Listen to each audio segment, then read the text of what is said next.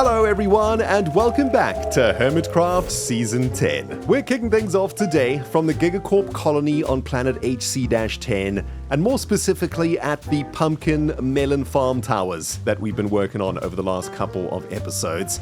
I've got good news, I've got bad news, my friends. The good news is some progress is being made. The bad news is the exact opposite. We still have an insane amount of work to do to get this project completed. Of course, the goal of this project is to produce insane amounts of pumpkins and melons, and then to plug some farmers in here so that we can get some emeralds, and then use the emeralds to get terracotta from the Gigaplex complex with all of our terracotta traders inside of it. For some reason in my brain, I thought we could get this project finished rather speedily. I'm talking about within a couple of days. However, a big mistake was made in the last episode where I completely misbuilt the thing. I built the auto-crafting melon and pumpkin sorting system over the dance floor of the trading hall, which is not ideal. I really wanted to be able to see all this cool redstone, and we made this really cool sign, so I moved the whole thing that way.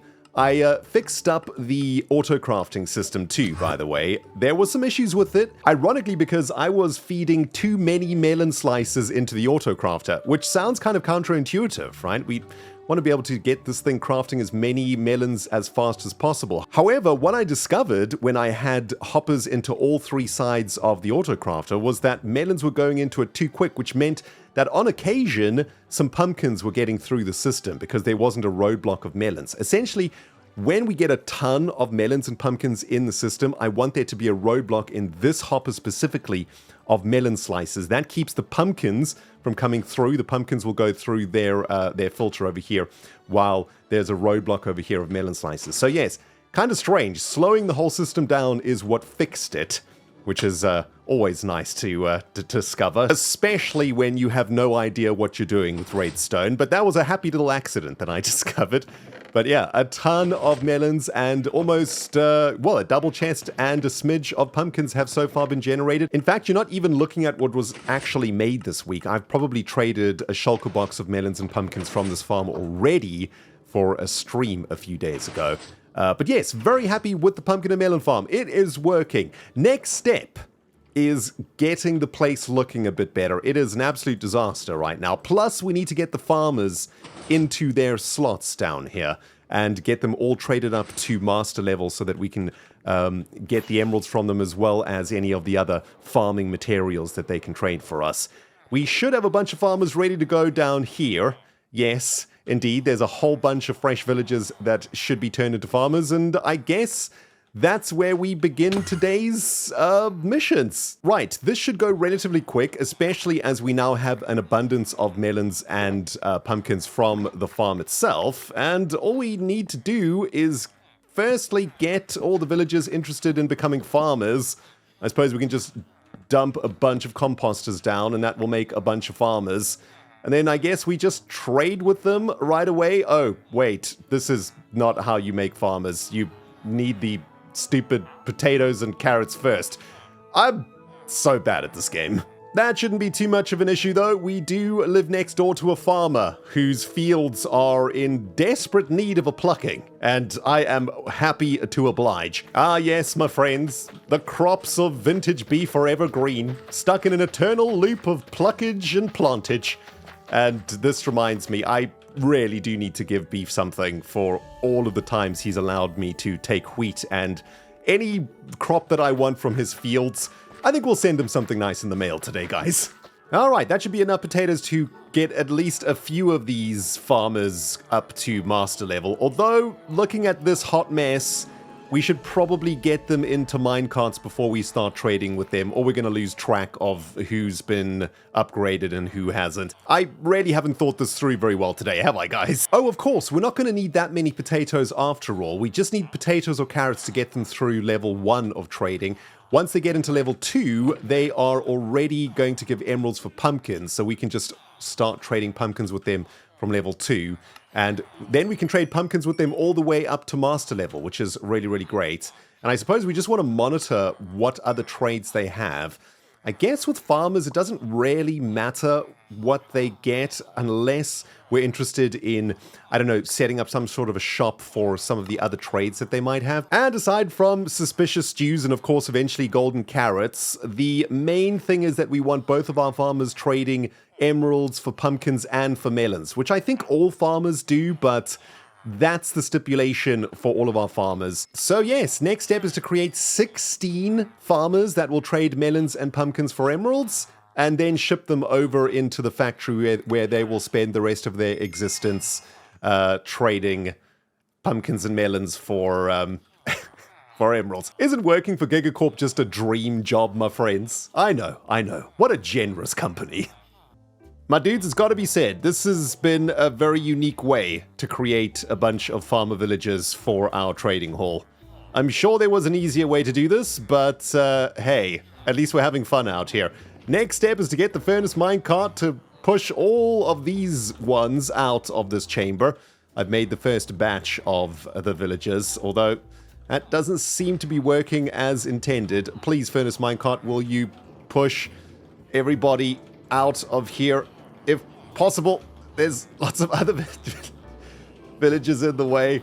Oh, this is an absolute mess, everybody. Look at this. What a disaster. We'll get through this eventually, though, I hope. All right, there they go. They're going to take some damage as they exit, but that's okay. And I've set up a little stop point for them over there. So that's our first 5 villages. We just need to make 11 more. Stupid freaking villages, guys. Am I right? Just spent the last hour or so breeding this batch of melon pumpkin traders. And just as my anger for them reached maximum capacity, they've started ping-ponging each other across this little bit of rail track, which has amused me, made me laugh, and now I like villages again. Ah, man. Every Minecrafter knows what I'm going through right now. Anyway, I've got something interesting to do now, so I've brought you back. I've created a railway line all the way to the pumpkin melon farm. And if we do this correctly, we should be able to drop, I believe there's 11 villages here that are ready. They're all pumpkin and melon traders. Oh, interestingly enough, by the way, I figured out some Minecraft science today. You can get villages that do not trade melons and pumpkins. So there are a couple of duds in here, and they are all breeding again, trying to make some fresh GIGACORP employees for us. But in the meantime, I've got a batch of these fellas which are doing the correct job. So easiest way to do this, I think, is just to get a furnace minecart going and then to open up the roadblock over here and allow the train of villager derp to proceed. Although, there we go. Once it gets going, it's going to be a pretty quick. Let's see if we can get a decent angle over here. Okay. It's not quite going to plan. I think they're getting stuck around the corner here. Come on, guys. Let's go. All right, I have successfully created a complete mess. What is going on here, people? How many villages are in this single block along with this furnace with the minecart? Look at this. I need a screenshot of this. This is just an absolute mess, and I have no idea how to deal with it because as soon as I get close to it, I get bounced.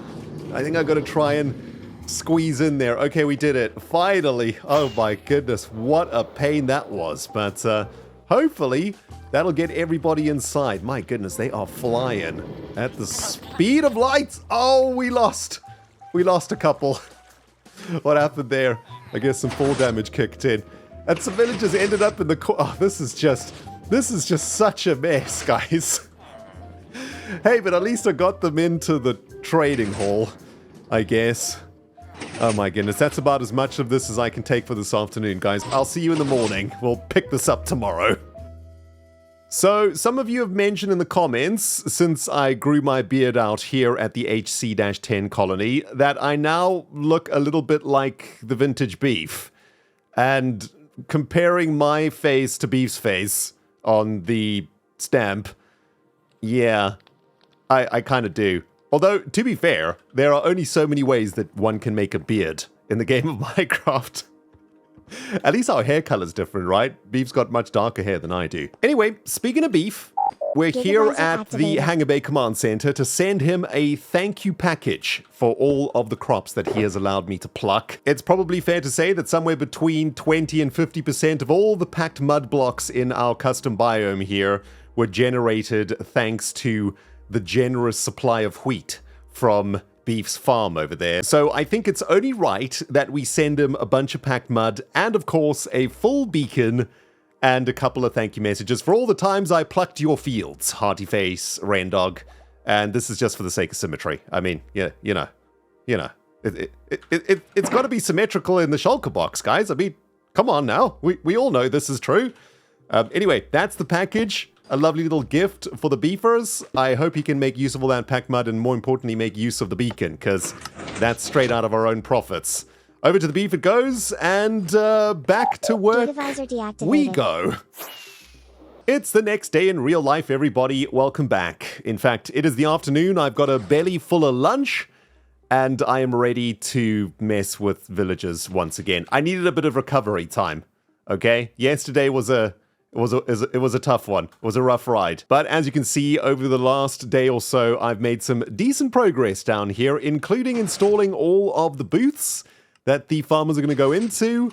And I have also collated 16 melon and pumpkin traders down here in a little eternal ping pong machine, which is going to make it relatively easy for us, I think, to get them into their positions. I've tried to set it up here that it will be as painless as possible. We'll do one villager at a time, I suppose. Although we kind of have to time the ping pong a little bit here. This is going to get a little bit tricky. Maybe we need to try isolate one of them here. And then, okay, it hasn't gone to plan. Everything's gone horribly wrong. Oh, geez. Okay, hold on. I guess we'll just push this guy into position. There'll be 2 of them, /3 of them, /4 of them, Okay. Okay. This is what my Friday afternoon of Minecrafting is going to consist of. Villagers, why do you have to be this way? Okay, new plan. We're just going to embrace the chaos. We shall allow the villagers to go wherever they want via the rail system, and then we'll sort the mess out afterwards. That's kind of what I'm thinking. So we'll connect one over there, although this one is actually a victory. Yes, okay, great. As the number of villagers in the train line decreases, I'm hoping that the chaos too will decrease. I suppose I can do something like this, and you can go into here. I should probably have prepared all the booths beforehand, but you know what? We're embracing the chaos. We're making the most of it, and it seems to be working. Kind of. There was definitely a better way to do this, but I've got a full belly, guys. Okay, I've just had lunch. I had a delicious chicken salad. You know, I had a cup of tea. I got a bit of warm tea in my system. I'm feeling a bit sleepy. I mean, I know I could have done things better, but belly full. That's my story, and I'm sticking to it. My fellow GIGACORP employees, I gotta tell you, it's been one of those stinky weeks for me. Not only has it taken much longer to make this episode than I thought, but the weather has been pretty bad, and I have also just realized I did not make enough slots in the booths for the number of farmers that I want down here. I wanted 16 farmers. I made space for 12, which is just basically a maths failure, and very embarrassing and also very annoying. However, I think I've got a solution to this. We might be able to expand the middle booth by 1 villager slot on each side, right? So we could put another villager in this position here, and that should create a fairly decent bit of symmetry for the middle bit of the room. We do that on both sides, so add 2 extra villagers here, 2 extra villagers here. That would be perfect. Then we also give ourselves a bit of space on this side to create an exit and entrance into the facility, because I don't know if you've noticed yet, but there is no way to get in or out of the place. There's no elevator, there's no stairs, there's no way in or out. The way that I get in and out is with the rocket aiming at that door hole and hoping that I hit it like that, which is, you know, that's not ideal. Also, Minecraft glitching right now, which is also great. So, yes, it's been one of those weeks. Wonderful. I'm going to do my best to fix this on stream tonight, though, guys. So by tomorrow morning, hopefully this is all done and we can move on with our lives to some probably more painful things in the future here at the GigaCorp facility base thing. Ren, you waffling, stop it. You're supposed to be a professional. Another day and a live stream later, I've got good news, everybody. I think our Pumpkin Factory farm / farmer trading hall project is almost complete. Also, this is quite the view right now with the GigaVisor shader pack enabled. What an incredible looking sight across our research facility as the sun sets behind the pumpkin towers. Also love the way the Gigaplex looks in the fog in the back of the base here. You know what? I'm not even going to sleep the night away. I've lowered the render distance too so that we can fully immerse ourselves in our base. And as the stars come out, it is looking quite awesome. Guys, I've got some stuff to show you. Oh man, I'm actually kind of happy with how this thing has turned out. At one point, I thought it wasn't going to actually work because it just wasn't going to plan. But after some dedicated grind, I've got the crop incubation facility to a place where I'm quite happy with. I've been working on a bit of a way in and out also. The silos are now closed up, so we have to find another way to get in. I've just started to work on something that'll be like a teleportation device or something like that. That's what it'll look like anyway. Still need to work on the passageway and all of that, but this is something I'll do over the next couple of days. Most excitingly though, are you guys ready to see the trading hall of the farmers? Here it is. My goodness, with the shader packs on, it is very dramatic. Let me take them off for a second so we can see it in vanilla too. Also looks great in vanilla, but of course with the GigaVisor enabled, we get the full effect of the area, and it is now up and running, completely ready for use. In fact, I have been using the villages already to generate a bunch of emeralds so that I could get the quartz required from the Gigaplex to complete the interior of the hall. So the system has actually helped me this morning. I have managed to finish this episode quicker than anticipated because I've been able to get hold of the quartz that I needed from what has been 2 weeks of very painful villager grinding between the stonemason hall and the farmer hall, but it is now done. It is looking sweet. Everything's functioning good. We've got a maintenance entranceway here also just in case the autocrafter ever gets clogged up, which over the past 4 to 5 hours that I've been working here, it hasn't got clogged up once, so it looks like I have managed to fix that somehow. Still don't really understand how I fixed it, but it's fixed, which is good.